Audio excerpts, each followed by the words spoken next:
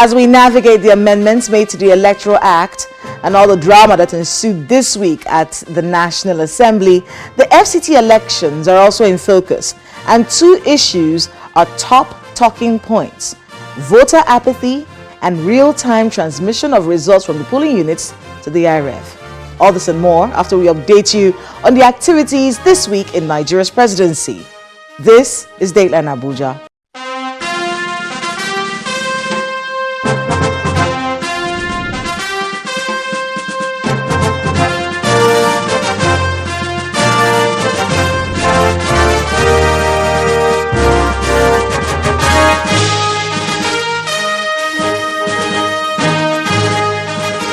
Hello and welcome to Dateline Abuja. I'm Kayla Megwa. The Vice President is representing President Bola Ahmed Tinubu in Ethiopia for a series of meetings, including the African Union Summit.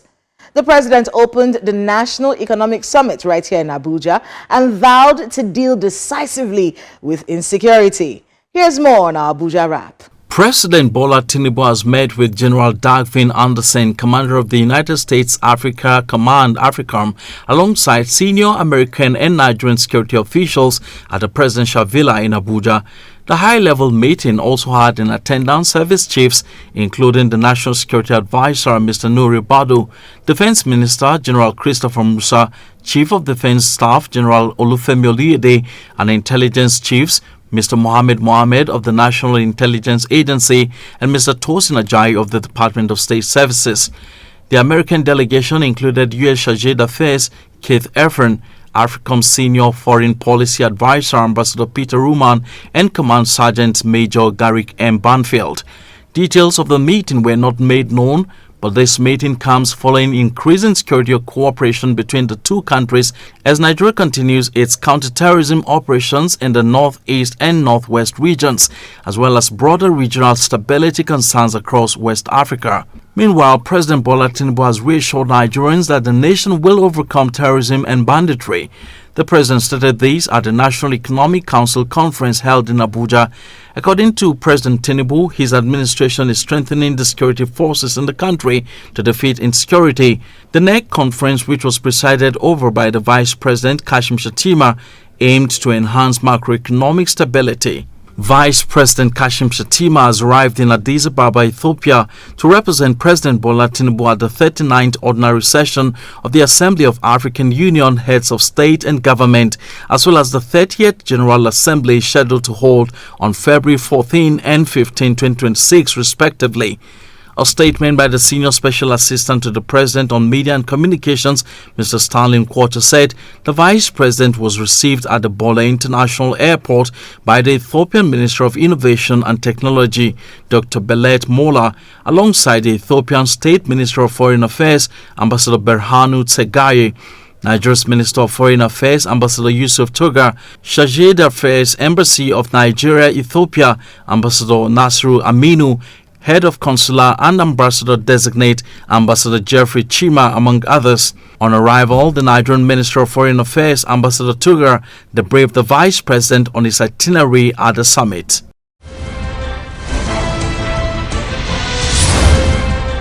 Welcome back.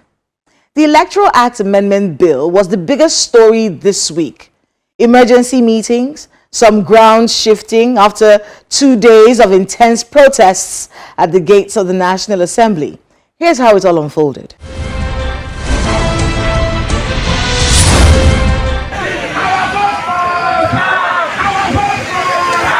After the Senate last week refused to adopt real-time electronic transmission of election results in the Electoral Act Amendment Bill, dozens of protesters, mainly from the civil society and members of the national opposition movement, led a protest march to the National Assembly in Abuja. Are we lazy? No! Are we tired? No!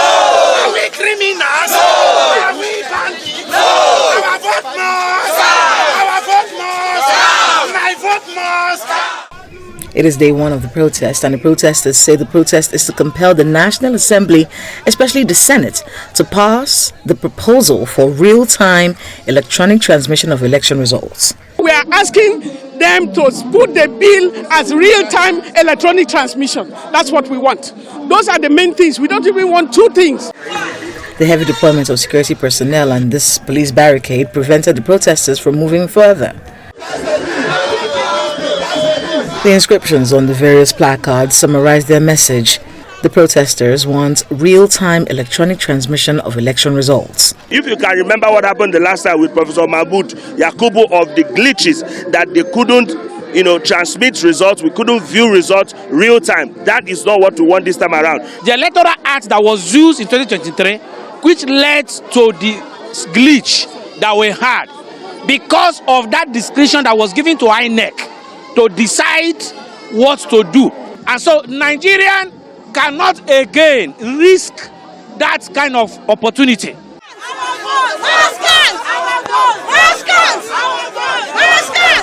About 30 minutes into the protest, the former presidential candidate of the Labour Party, who is now a member of the African Democratic Congress ADC, arrives. His efforts to make his way through the first gate of the National Assembly is also stopped by the police. Mr. Obi addresses journalists, insisting on the real-time electronic transmission of election results. The election must be transmitted electronically from the polling booth direct. We don't want any transit point any longer. We don't want any glitch again. Glitch is finished. We want things to happen directly. No more glitch. However, the electronic transmission of election results is not the only demand by the protesters. To say that allow the citizens to be able to print their PVCs, to be able to print their voter card online. I, for one, am a person with disability. I have gone to queue over time. I am an election observer and still I am a voter. I have gone to queue over time to even get my PVC and it has never happened. For me and other persons with disabilities and other citizens of Nigeria to be able to print their PVCs online to enable them vote, and this will even restore the interest to be able to come out and vote on election day. Receive a letter. They kill you all needlessly. It is day 2 and heavily armed security operatives take strategic positions around the National Assembly area on the second day of the Occupy NAS protest. Unarmed protesters that have nothing, that have only placard, they are doing show of force. Human rights activist Aisha Yusufu is leading the protest as she raises concerns about the presence of armed personnel at the venue of the protest. Police is doing show of force for citizens. Shame. The protesters start converging in trickles and were joined by a former Minister of Transport, Mr. Rotimi Amechi, who is accompanied by his son.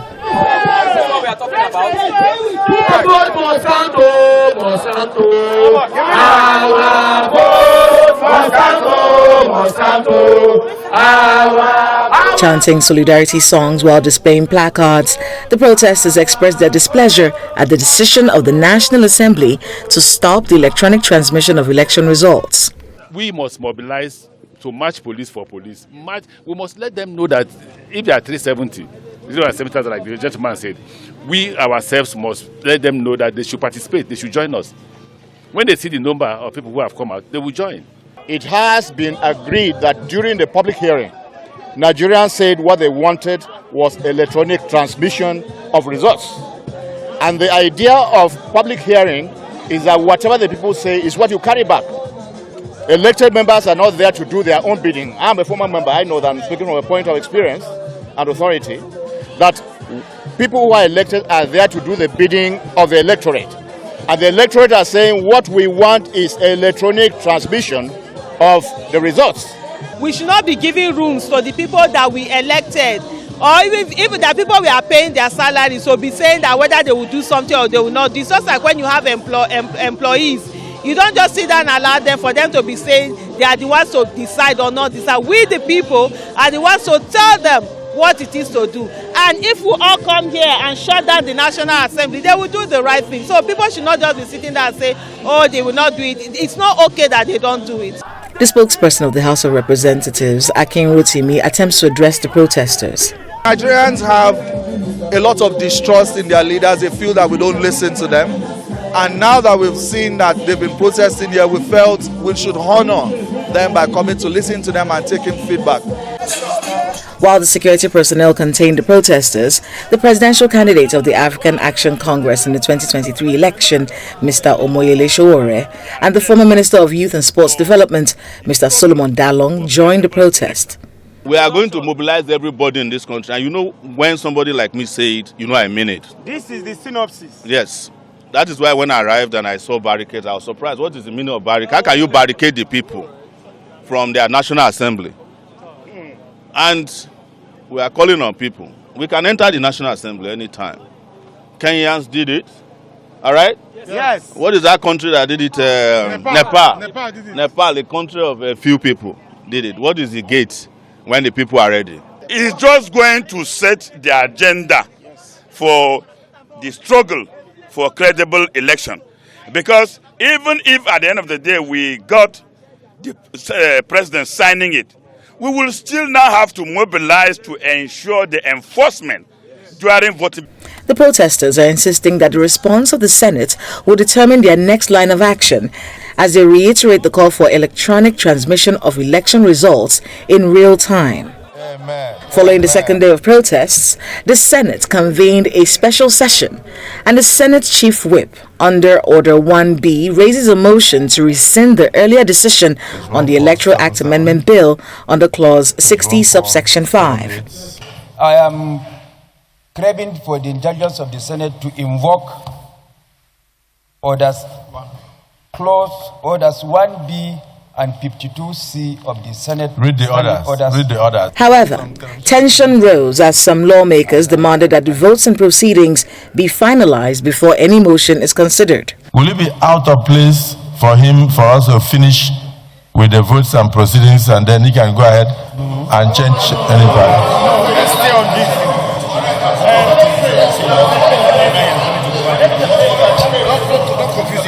The motion is taken and seconded by Senator Abamoro. Note that upon careful examination of the bill, fresh issues have emerged in respect of Clause 60, sub 3. This is what he's proposing. That the presiding officer shall electronically transmit the results from each polling unit to the IREV portal. And such transmission shall be done after the prescribed form EC8A has been signed and stamped by the presiding officer and or countersigned by the candidates or polling agents where available at the polling units, because sometimes you don't see any polling agent.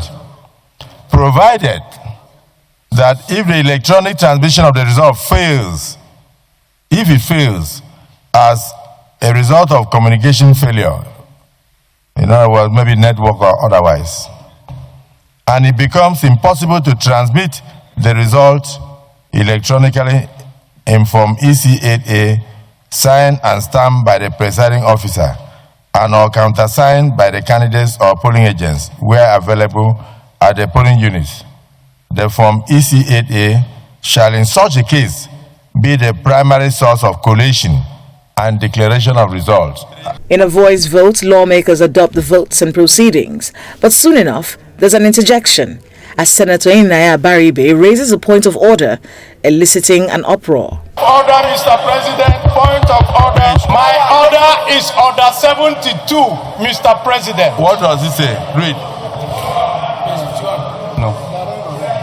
Any senator may challenge the opinion of the president or the chairman by claiming a division.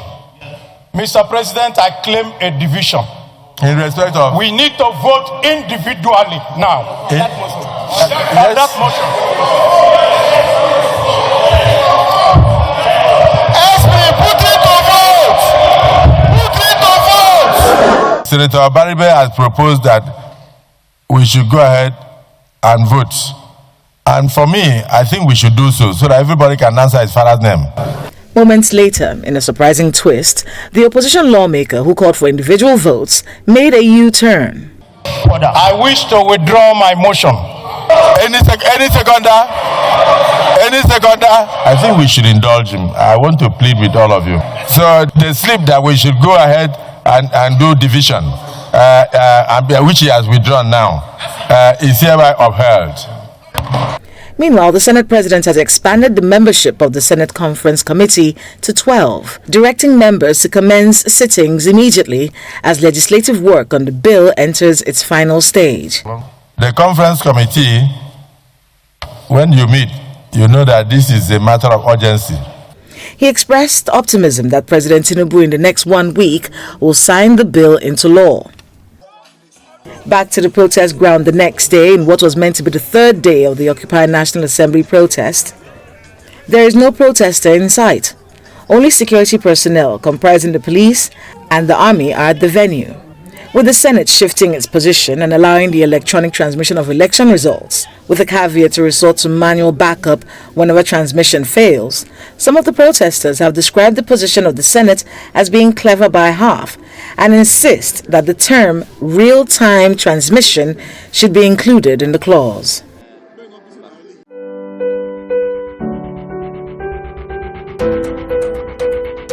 Now, the very first test of the new Electoral Act will be the FCT area council elections. INEC says they're ready.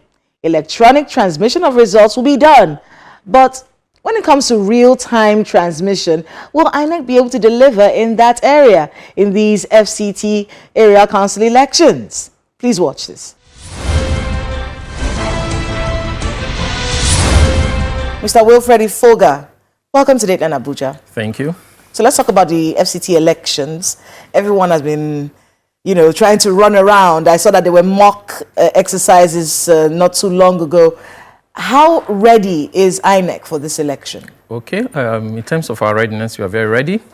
Right from the time the notice of election was published, as far back as last year, to be precise in January, when the notice of election was given, the Commission wrote out about 13 activities in the timetable of, or rather in the schedule of activities, of which, as we speak now, the 11th one was actually carried out, and which is the notice of poll, which is supposed to be done 14 days to the election. So that was done in 7th. So what is remaining now is the stoppage of campaigns by political parties and the election itself. So the stoppage for the campaign is 19th of February. Outside that, a lot has been put in place. As we speak, the training of the personnel, especially presiding officers and assistant presiding officers, is going on. Just last week here, the supervisory presiding officers were also trained. The Commission has also engaged stakeholders prior to today, especially with ICES. Commission has met them. They've even done training for their officers. Apart from that, non-sensitive materials have already been received by the FCT office of INEC, and same has also been taken to the local government area and been bashed to their ward level as well. Then in terms of engagement, we've had a series of engagements with the various organizations, and from the Voter Education and Publicity Department, we had with the media, where we engaged executive of the media organizations as well as on-air personalities on some of the activities we'll be doing, how the election will be conducted, the technology that will be involved, and of course the legal framework that the Commission is using for the elections. Apart from that, 2,822 polling units is what we have in the FCT.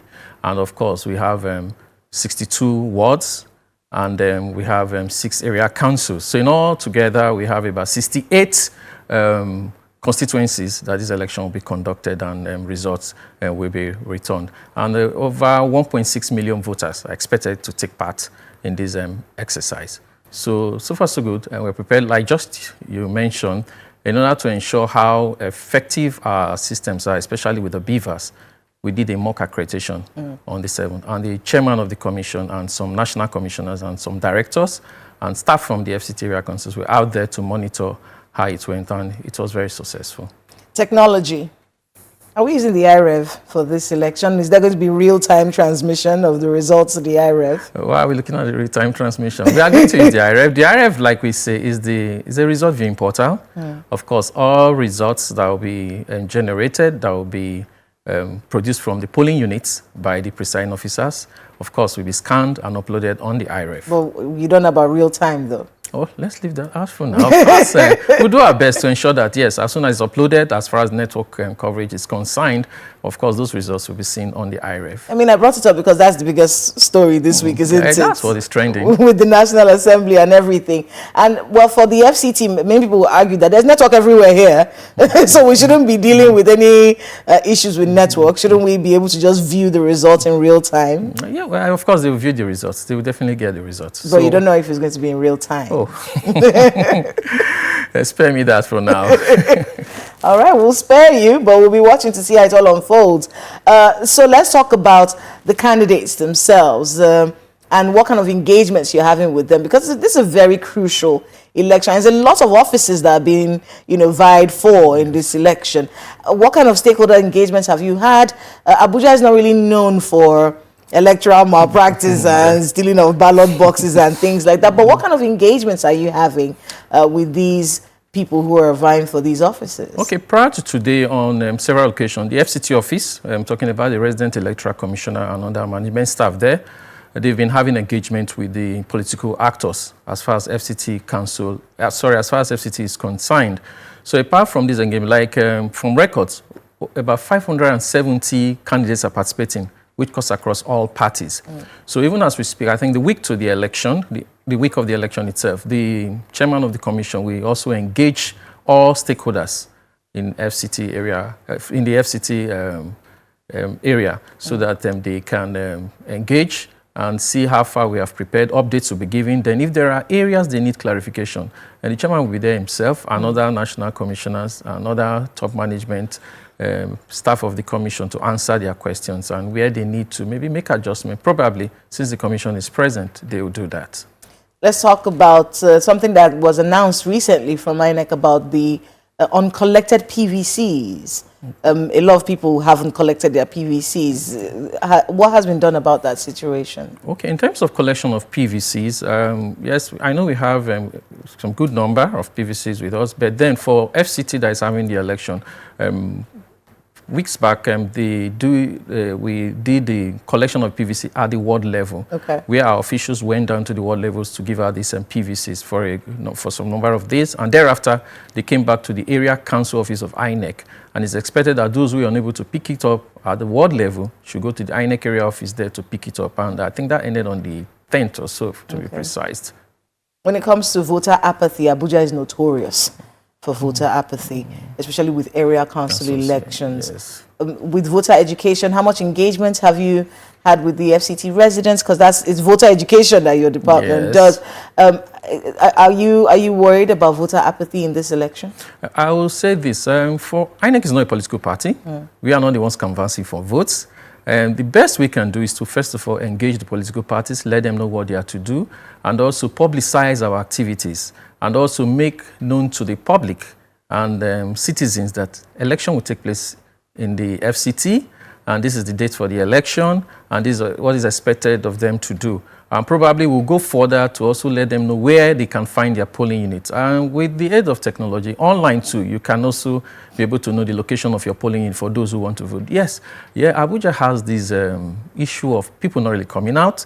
Like one of the forum we had, you can be traced to the fact that, most people in Abuja, during elections like this, most of them go back to their states of origin to participate in local elections, because for now, the way we have our elections is expected. If you have to vote for someone, you have to be resident or you have to be registered within the constituency that person is. So it might be back in your village where that unit is.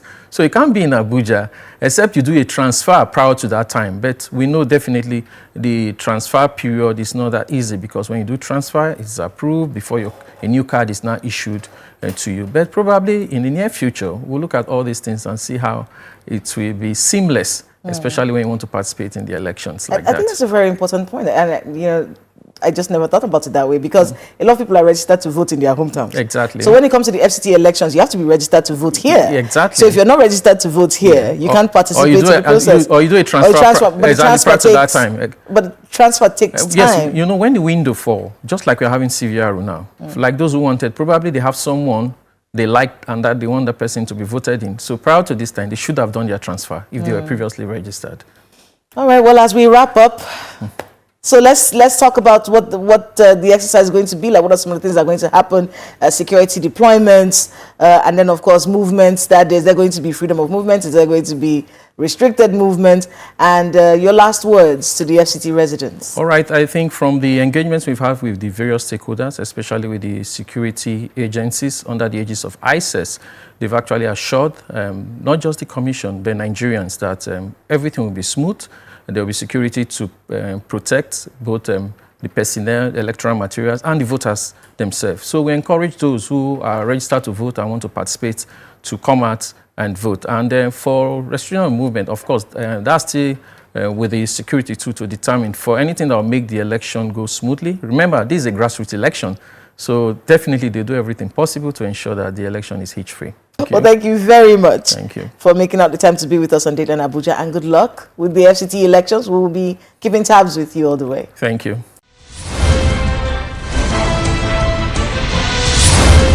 Thanks to my guest and to everyone who spoke to us today on the program. Get ready for the elections, and please let us know the happenings in your neighborhood using the social media handles showing right now on your screens. Thank you so much for watching. I'm Kayla Magwa. See you next time.